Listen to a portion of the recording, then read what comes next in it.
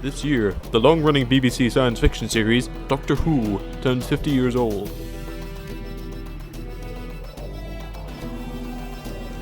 The series has come a long way since 1963. It's seen 11 faces take on the role of the mysterious Time Lord from Gallifrey, the Doctor, with a 12th waiting in the wings. His travels through time and space have become world famous, and an army of dedicated fans have watched the Doctor fighting the Daleks and the Cybermen and many other alien menaces for half a century. But for some fans, just watching the series wasn't enough. They wanted to be making their own Doctor Who themselves. In December 2011, two such Doctor Who fans had an idea of how they were going to do the show their way.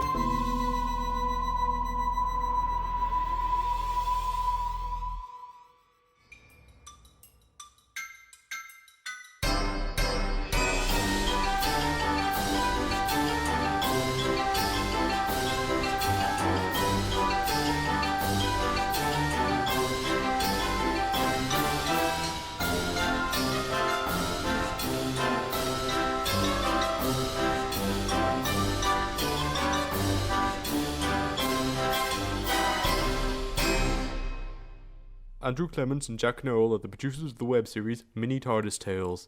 This was a Doctor Who fan project like no other. I think when people first heard about, what we were doing, I think they basically thought we were mad. Yeah, absolutely crazy.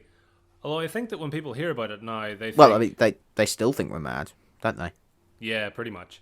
Mini TARDIS Tales shows us some of the wacky adventures of the 11th Doctor, in a universe made entirely out of Lego. I mean, everything is made in miniature. The sets, the props, the costumes, even the actors and crew. Even we had to be miniaturized, so that we could run things. We are officially the smallest production company in the world. Oh, shut up, you.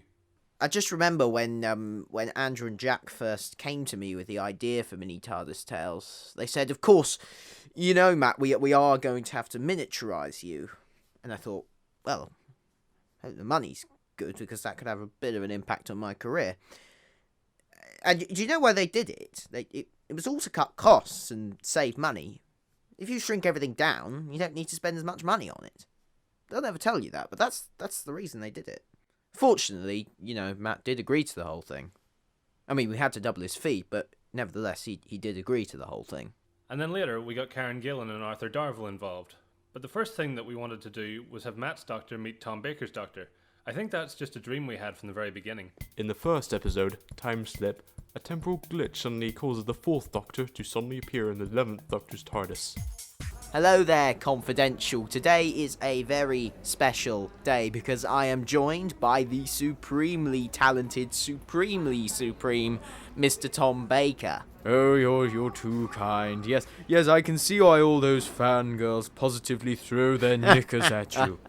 You know, they never did that to me in my day. Surely not. Oh, yes, you charmer. You know, Matt is the only reason I agreed to do this. Oh, yes, because he's the only other Doctor, other than myself, that I actually like. Yes, I mean, all those other so-called actors, they're absolute buffoons. Sylvester McCoy, for instance, all he ever does is go around and pull people's trousers down. I mean, why do you think they cancelled the series in 1989? That's a story that never came out, I can tell you. I've been told to be quieter because they're busy filming. And I mean, who can't be awed into silence by such a terrific performance? That was certainly something I never used to say about me. Yeah, working with Tom, man, was just an absolute treat. I mean, he was a bit of a troublemaker. Does anyone have any idea where Tom is? No? He can't have gone far. Where, Tom? Basically, Tom Baker, the 4th Doctor, hasn't come back from his lunch break, and we just don't know where he is. We're losing time on the schedule, and we just... Chris, we found him. Oh, you found me at last, then. I should just explain to our friends here at Confidential that Mr. Tom Baker just decided to have a little game of hide and seek. Yes, I did a very good job of hiding, and you did a very poor job of seeking, didn't you? So yeah, he was an absolute rascal, but to be honest, working with the likes of Kaz and Arthur sort of prepared me for that sort of thing. Karen Gillan and Arthur Darvill played their respective roles of Amy Pond and Rory Williams for the 3 episodes of Mini TARDIS Tales, Acoustics, Rescue, and Deception.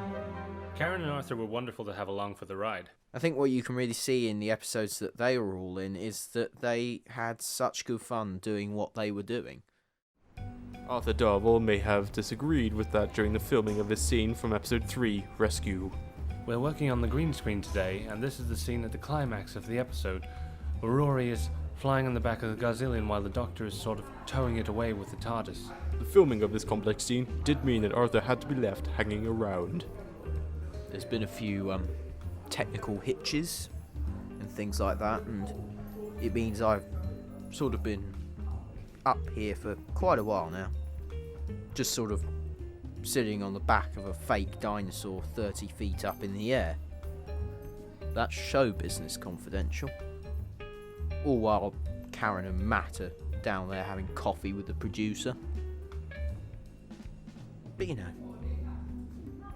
it'll be good when it's done, at least.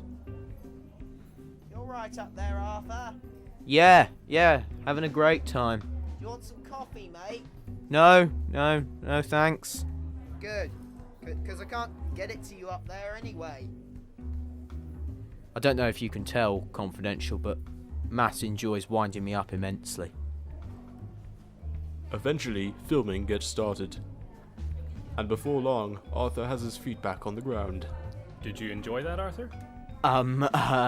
No comment. But you know, just another mad day on Doctor Who and Mini TARDIS Tales, really. Soon, the Doctor had to say goodbye to Amy and Rory.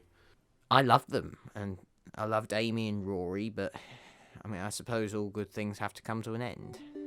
In episode 5, Intrepid, the Doctor returned companionless, but with something very special up his sleeve.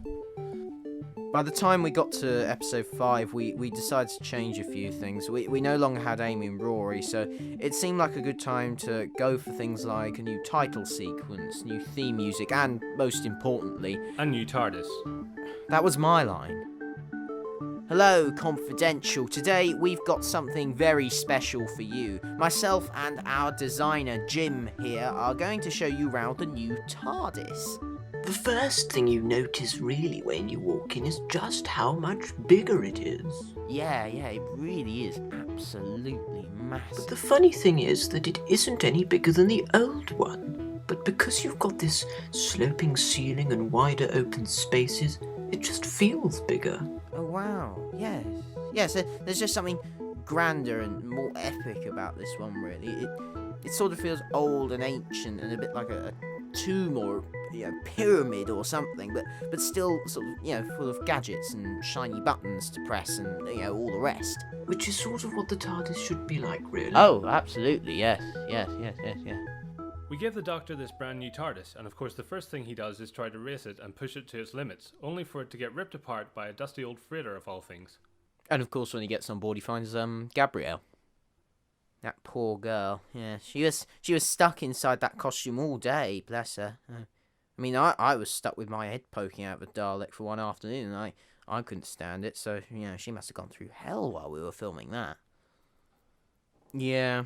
I mean, I think what was brilliant about Gabrielle was she was an absolute psychopath intent on killing the Doctor, but she was basically just a vacuum cleaner from the future.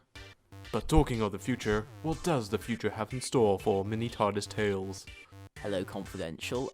This is the set for episode 6, and apparently I'm not allowed to tell you about what's going on, really.